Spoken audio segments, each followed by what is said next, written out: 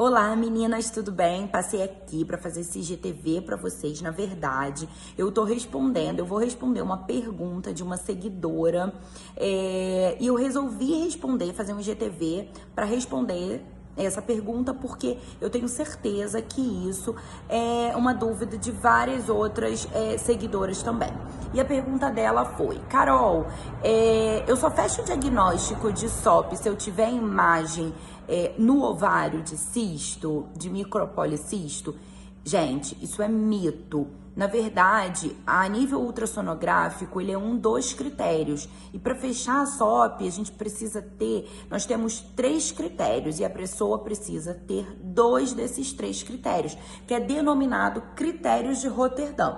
Quais são esses critérios? Então, um deles é o critério ultrassonográfico. Então, você precisa ter um ovário policístico em que tenha pelo menos aí 20 cistos num tamanho entre 2 a 9 milímetros, ou então você ter um volume uterino, um volume ovariano total maior do que 10 centímetros cúbicos. Então, isso é um dos critérios. Quais são os outros critérios? Então, ou você tem os sinais e sintomas de alterações do ciclo menstrual.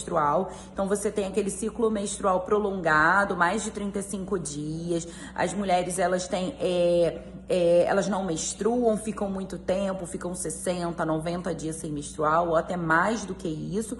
Ou então, você tem alterações tanto a nível sintomático, e é aquilo que você me relata, ou a nível laboratorial de aumento de hormônio sexual masculino, dos hormônios androgênicos. Então, quais são esses sintomas? Então, acne, pilificação incorreta, que a gente chama de surtismo. Então, aquela pilificação como se fosse masculina no rosto, muito na perna, ou alterações laboratoriais que me mostrem que você tem o aumento de hormônio masculino.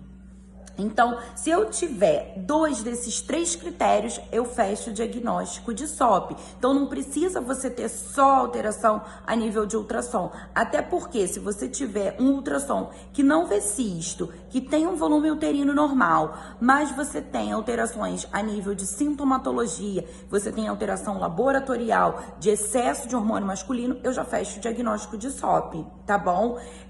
E outra pergunta também que eu já recebi, e em relação à SOP, quais são os hormônios, quais são os exames laboratoriais que eu preciso para dizer que eu tenho síndrome do ovário policístico? O que eu preciso? Eu tenho SOP, qual o exame que eu preciso fazer? Então, o exame que você precisa fazer vamos dosar os seus hormônios masculinos. E quais são esses hormônios? Testosterona total e livre.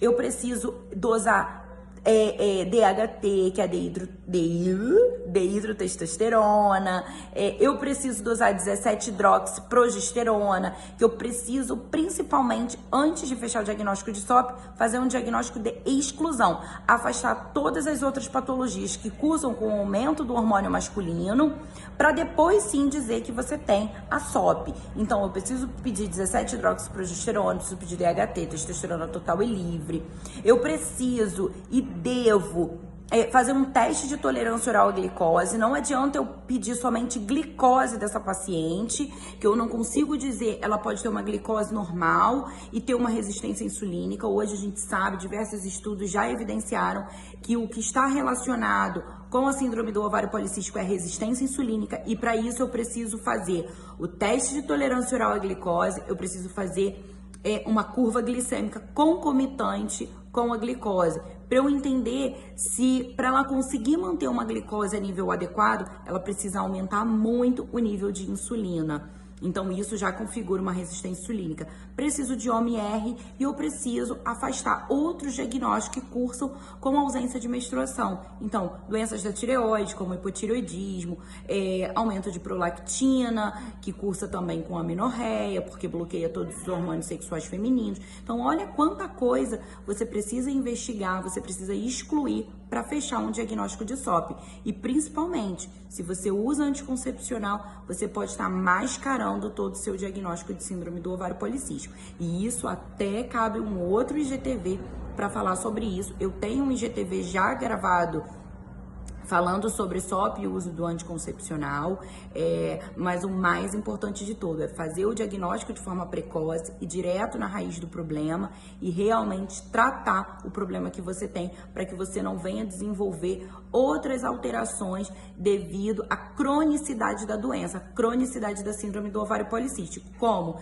síndrome metabólica, hipertensão, diabetes, hipercolesterolemia, infertilidade, obesidade. Então, risco altíssimo de doenças cardiovasculares, tudo isso tá no meio aí da síndrome do ovário policístico, que está sendo tratada de forma incorreta ou que está sendo negligenciada, tá bom, meninas?